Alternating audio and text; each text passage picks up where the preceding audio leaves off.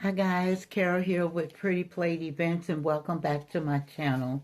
I don't know if you saw my short video on where I made this cup and I want to perfect it. I'm going to go back and perfect it because I need to take care of some things with the bottom and the inside, but so far this is pretty cool and I want to make the handle a little bit more sturdy. But today I am going to test myself to make tiny espresso cups. And I am going to be using craft paper that I got at Michael's. It's a little bit sturdy. It's very sturdy for the body of the cup. And I'm also going to be using this art pad stock paper that I got from my local dollar store. I think it was $3 for a pack, well, for the pad, and it is 24 sheets. And I absolutely love, oh my God, I love how hard it is, and it has a thicker base, and you can see that it doesn't bend very well, but it's sturdy for the base, and I think I'm going to do good with that. Also, I've already pre-printed my espresso cups designs for the border and for the cups themselves. I'm going with a holiday theme, and I'm only going to be doing like 3 cups. Let me turn that around so you can see it. And here is the gold one, and here is the poinsettia and candy espresso cup. We're going to see how this is going to turn out, and I'll be back to show you how this process is going to go. Stay tuned. Okay, I wanted to show you how I am in my Canva and I'm creating the espresso cup theme. Each one of these elements is one of their own. The snowflakes, the back scenery, the benches, the skaters, and so far, so on and so forth. And I have a little puppy way back here in the back. See him? I hope you can see him. But I don't know what I'm going to do for the other two, so I'm going to pop back in and show you what I come up with in just a moment.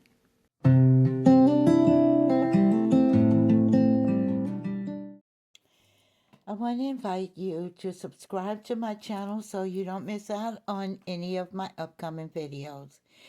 Now we're going to get started. I'm going to hope that this video isn't too long because I needed to leave it in its regular timing so that I would not miss out on telling you how I made these cups. I'm getting started with the brown craft paper from Michael's and using my print from Canva. I extended my picture so that I can have an inside and an outside of the cup. I'm going to apply this craft board to the paper by using my glue stick. And also, I'm going to fold my paper so that I can align it with the size of the craft board, which is a 7 1/8 and a 2.5 inches high.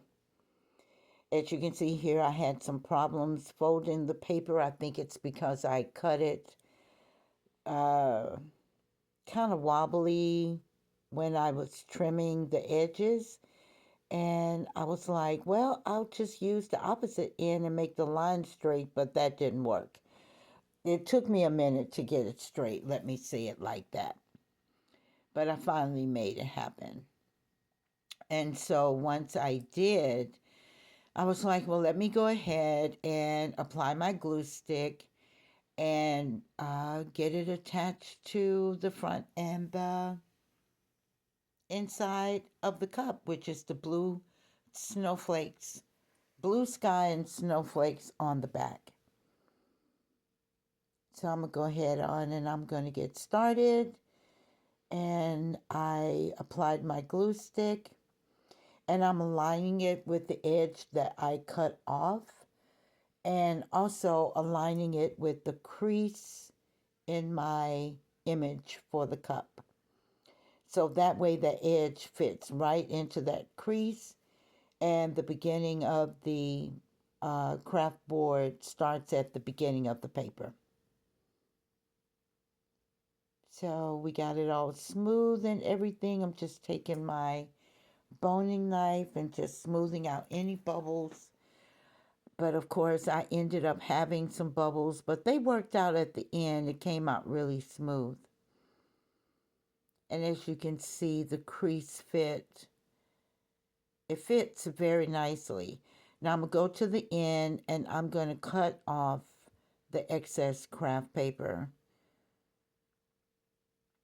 And cut it as close to the edge as I possibly can get it. And then I'm going to trim the bottom excess paper off. And you don't have to worry about that because it is going to be glued to the bottom of the cup later on in this video. So I'm moving it around, giving it its flexibility. And I'm going to take my boning knife and I'm going to start curling it. But I wanted to point out that that excess white edge that I left it on purpose because the snowflakes are going to be on the inside of the cup. And that white edge, I'm going to apply a double-sided tape to that. And I'm using my boning knife to get the paper to curl. Now, don't ask me what the diameter of this cup is, but I knew I wanted the mouth of this cup to be small. And it worked out perfectly with the 7 1/8 inch length with that additional 1/8 inch white edge. Meet up with the raw edge, and it gave the perfect diameter for the cup.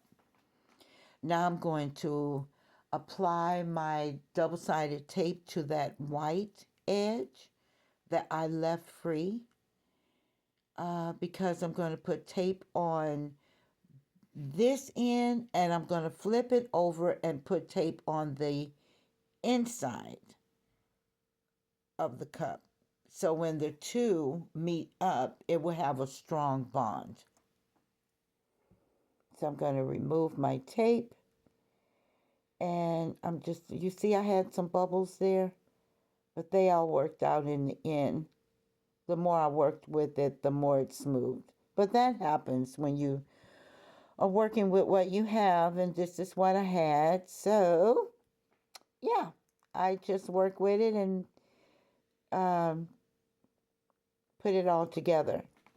Also, make sure that your top of your cup and the bottom of your cup align along with your image, especially if it's an animated image or if it's prints. Now, you know what? This is a little trick. I found this cup, of course, in my kitchen. It's one of my cooking cups. And it just happened to be the perfect fit for this cup for me to mold it and shape it and get it as round as possible. And I also used it to cut out the round circle for the bottom of my cup. What are the odds? It's amazing how things come together when it's meant to be. So I'm going to go ahead and I'm going to apply my glue stick to one side of the circle. And I'm going to get it on there as generously as possible. Not too much glue, but just enough. And make sure you get close to the edges. I'm placing it on my snowflake paper, the blue background with the white snowflakes, because I wanted it to match the inside of the cup. And now I'm going to do the opposite side, getting close to those edges. Don't forget the edges. The edges are very important. And then I'm going to cut off a little bit of the excess of the paper because I'm going to be using that extra paper later for my handle. I love to recycle, recycle, recycle. And now that I have this all down and pressed together, I'm going to take my scoring utensil. And by the way, I got this scoring utensil from my local Dollar Tree. And you can see the indentation of the circle, and it helps to give you a guide to cut it out. I'm not going to lie, guys, I'm not good at cutting out circles. And I was hoping that I did not go off the deep end and cut into my circle and have to do this again, but it worked out pretty good. And as you can see, I have some imperfections. So I'm going to use just a little piece of sanding paper that I got from the Dollar Tree. And I'm going to try and round off my edges as much as possible. And it worked pretty good, as you can see here. But I also used it later on after the cup dried to really make it all come together because it still had some little wonky things happening with it. But you'll see at the end of the video.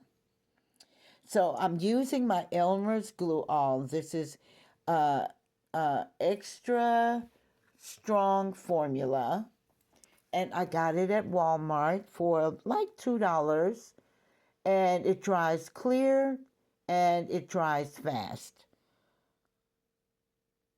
And as you can see, I have to hold my cup and form it to the circle because the cup wasn't a perfect circle anyway, but as you work with it, it will tie in and pull together. I thought about adding a base to this, but I said, no, I'm going to go ahead and leave it as it is. Because it's my first time making it, I may perfect it a little bit later. And here I am again. I'm still working with it. Got my fingers on the inside. But you have to be careful not to push the base inside the cup. Now, I'm quite sure you're wondering to yourself, why didn't I put the glue around the edge of the circle and push it inside the cup? Because I did not want my paper on the inside to have all those crazy glue streaks. I didn't want to mess that up.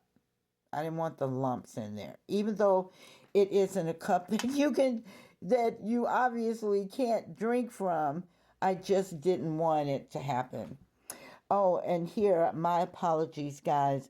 I thought my camera was running when I was making this handle, and it wasn't, but I'm going to show you here applying the handle to the second cup. And also, I made the other cups off camera because my phone really doesn't have the room.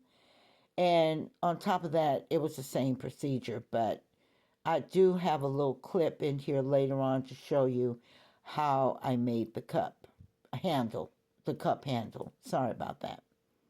So I just applied my generous glue to the ends.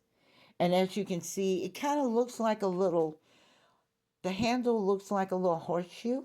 I guess you would call it a little horseshoe. And they call this something at the home improvement store because it kind of looks like one of those brackets that you use when you're doing plumbing or installing a round pole on the wall. They have those brackets there, but that's kind of what it reminds me of. But you apply the handle to the back of the cup at the seam where you joined the cup together. And you have to hold it, and you're going to have to mold it to fit over those that little hump back there. And the hump is very minimal, but it can happen. You can make it fit. And this handle, by the way, is a 3.5, I'm sorry, yes, a 3.5 inch by a 1/4 inch. 3.5 inches high by 1/4 inch.